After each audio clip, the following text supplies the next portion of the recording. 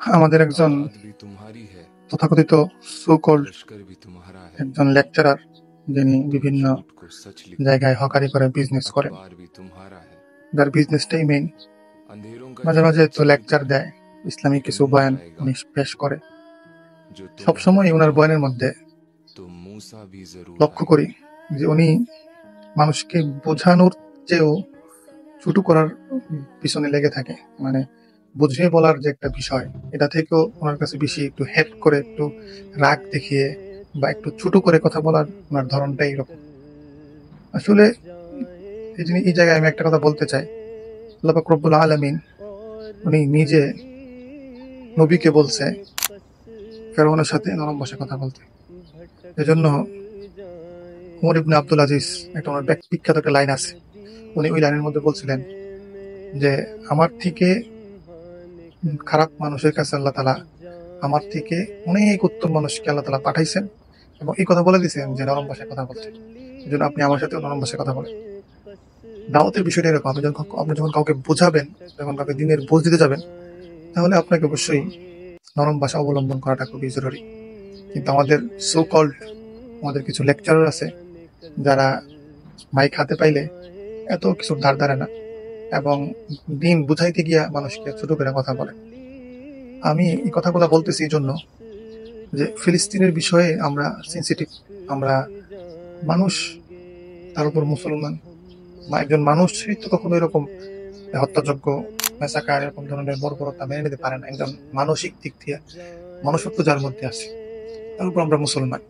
হ্যাঁ, হয়তো বলতে পারেন আমি নামাজ পড়ি না, বলতে পারেন আমার হয়তো ব্যবসায় হালাল ইনকাম নাই, হারাম ইনকাম, বা অনেক কিছু, সিনেমা দেখি, অনেক কিছু বলতে পারেন, কিন্তু দিন শেষে আমি একজন মুসলমান। হয়তো আমার আল্লাহর প্রতি, আল্লাহর হুকুম মানার প্রতি আমার এতটুকু আবেগ নাই, বা এতটুকু আবেগ আমার কাজ করে না, শয়তানের ওয়াসওয়াসায় বা বিভিন্ন কারণে। যখন মুসলমানের বিষয় সামনে আসে, তখন আমার ভিতরে যে ইমান, যে নিবনব ইমানটা জাগ্রত হয়, আমাকে সাক্ষী দেয়, আমাকে ভাবায়, আমাকে শিখায়। এই সময় আপনি যদি এই কথাটা বলেন আমাকে, এই বেটা তুই তো নামাজ পড়াস না, তুই কেন এই কথা বললি, এটা খুবই হাস্যকর এবং অযৌক্তিক।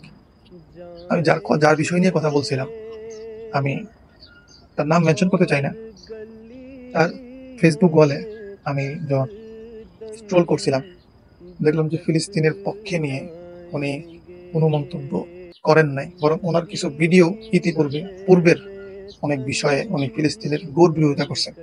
It's their fight. Do not interrupt their fight. Every time you attack and they lose their land. Every time you attack, Palestinians lose their own land.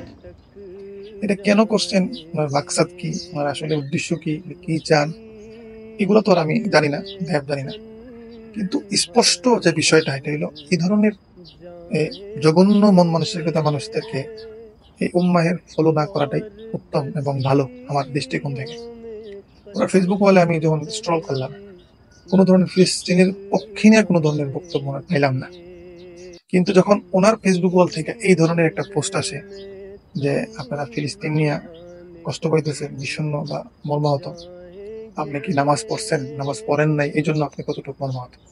যদি বিষয়টা এরকম হইতো যে উনি ইতিপূর্বে উনি ফিলিস্তিন নিয়ে আর অনেকগুলো পোস্ট করছেন, পরবর্তীতে উনি সাথে এটাকে অ্যাড করছেন যে আসলে আমাদের নামাজ পড়তে হবে, আল্লাহর কাছে চাইতে হবে, দূর করতে হবে। আমি স্ক্রিনে কিছু স্ক্রিনশট দিতেছি ওনার, এগুলো পরবর্তী বক্তব্য, মানে পরবর্তী পোস্টে যখন এই পোস্টটা নিয়ে ট্রল হয়েছে এবং খুব ধরনের রিয়েকশন, মানুষ প্রতিক্রিয়া দেখাইছে। ওনার কমেন্টের মধ্যে উনি যে মানে যেভাবে উনি কমেন্টটা করছেন, একজন কমেন্ট করার পরে আমার কাছে এতটাই বিশ্রী লাগছে, আর এতটাই মানে ভাষা নাই, মানে এই জিনিসটা আমি আপনার সাথে পেশ করবো যে আসলে এরা কি আসলেই কি মানুষকে বোঝানোর উদ্দেশ্য বা মানুষকে দিনের প্রতি ডাক দেন, আসলে এগুলা লোক দেখানো না, আসলে এগুলা কি আল্লাহু আলাম। আমার মানে এগুলো জানা নাই, কিন্তু আমার জানতে খুব ইচ্ছা। কমেন্টের মধ্যে আমি স্ক্রিনশট দেখাই যাচ্ছি যে এখানে কমেন্টের মধ্যে উনি কি ধরনের ভাষা ব্যবহার করছে। এই হলো অবস্থা। পরবর্তীতে যখন ট্রল হয়েছে, উনি আর কয়েকটা পোস্ট দিয়েছেন, যে ওই পুরো পোস্ট এখন আর নাই, কিন্তু পরবর্তী পোস্টগুলোতে উনি বলছেন যে হ্যাঁ, আমি আপনাদেরকে মানে নামাজের স্মরণ করে দিচ্ছি, এই জন্য যে নামাজের জন্য আপনারা দোয়া করেন, আল্লাহর কাছে চান, বর্বরতা, নৃশংস বিষয় নিয়ে আয়া করে। তো পরবর্তী উনি বলছে, তুমি যদি আগে কথাগুলো বলতেন এবং পরবর্তীতে এই কথাটা বলতেন তাহলে ঠিক ছিল। বা উনি এভাবে বলতে পারতেন যে আমাদের নামাজ পড়ে, যেহেতু আমরা মুসলমান, আমাদের আগে নামাজ পড়তাম না, আমাদের নামাজ পড়ে, এখন থেকে কন্টিনিউ নামাজ পড়া উচিত এবং এখন থেকে নিজের ইসলাম নিয়ে আরো ভাবা উচিত। এই ধরনের একটা মানে সুন্দরভাবে বোঝানোর উদ্দেশ্যে সুন্দর করে কিছু কথা লিখতে পারতেন, কিন্তু না, উনি তো এরকম কথা বলবেন না। উনি একটু ট্রল করে এবং একটু নেগেটিভ ভাবে ওনার বলার উদ্দেশ্য এটা। আর ওনার এই বক্তব্য, এই মানে এই কথাগুলো আপনারা বলতে পারেন যে আমি একটু আগ বাড়ায় বলতেছি, এরকম কিছু না। ওনার ইতিপূর্বেও ফিলিস্তিনের বিরুদ্ধে গিয়ে অনেক বক্তব্য করছে। এখান থেকে আমি আমাদের যে দর্শক আছেন আমাদের কাছে আমি একটু রিকোয়েস্ট করতে চাই, আল্লাহর হস্তে এই ধরনের সো কল্ড মার্কা হুজুরদেরকে অনুসরণ করাতে বিরত থাকুন। প্রোডাক্ট কিনেন বা না কিনেন আপনাদের ইচ্ছা, কিন্তু তাদেরকে মাথার উপরে নিয়ে বসে থাকেন না, কারণ তারা মাথার মধ্যে আবেগ বিবেক থেকে গোবর বেশি। আজকে ভিডিওটা পর্যন্তই, ভালো থাকবেন। আসসালামু আলাইকুম, আল্লাহ হাফেজ। निकल जाएंगे।